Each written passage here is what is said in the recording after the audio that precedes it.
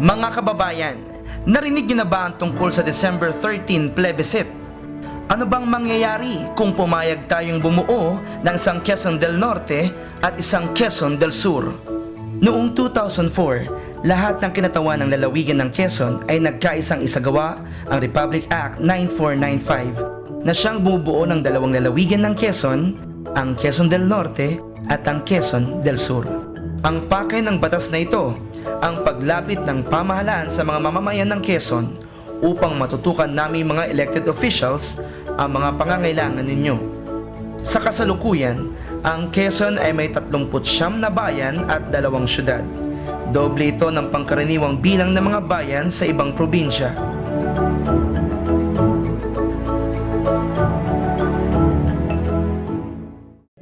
Sa laki ng Quezon, isang linggong babaybayin ng isang opisyal ang magkabilang dulo nito.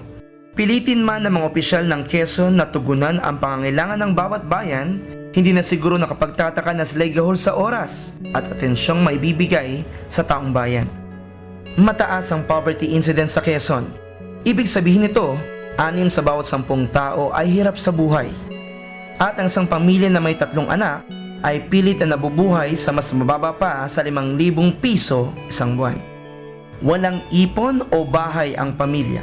Hindi nakapag-aaral na maayos sa mga anak. At walang pambayad sa doktor o ospital kung may magkasakit.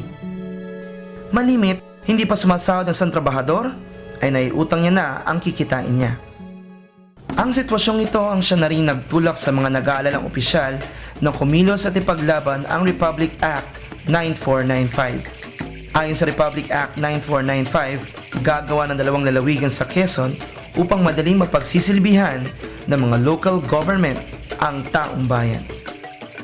Ang Quezon del Norte ay bubuuin ng mga bayan ng Bordeos, General Nakar, Infanta, Humaling, Lukban, Mauban, Pagbilao, Panukulan, Patnanungan, Polillo, Rial, Sampaloc, Candelaria, Dolores, San Antonio, Sariaya, Tayabas, Chaong, at Lucena City na siya pa rin magiging kapitolyo ng lalawigang ito. Ang Quezon del Sur naman ay bubuuin ng mga bayan ng Agdangan, Buena Vista, Katanawan, General Luna, Macalelon, Mulanay, Padre Burgos, Pitogo, San Andres, San Francisco, San Narciso, Unisan, Alabat, Atimonan, Calawag, Ginyangan, Lopez, Perez, Plaridel, Quezon, Tagkawayan at Gumaca na siya naman magiging kapital ng lalawigan ng Quezon del Sur. Walang ibang hangarin sa pagbuo ng Quezon del Sur kundi ang mabilis at pantay-pantay na pag-unlad ng kabuhayan sa ating lalawigan. Magkakaroon ng taong bayan na mas malimit at mas malapit na konsultasyon sa opisyal ng lalawigan. At higit pa dito, madaling makakalahok ang taong bayan sa pagpaplano para sa ating probinsya. Makikita naman sa kasaysayan na umunlad ang mga pinaliit na lalawigan. Ang Aurora Province na binuo noong 1979 mula sa lalawigan ng Quezon ay nakakaranas ngayon ng kaunlaran. Matagal na pinag-aralan ng mga opisyal ng Quezon ang pagbuo ng Quezon del Norte at Quezon del Sur. Tinitiyak na magiging makatarungan ang paggamit ng kayamanan ng buong Quezon tulad ng kita sa mga power plants. Mananatili ring first-class province ang kategorya ng Quezon del Norte at Quezon del Sur.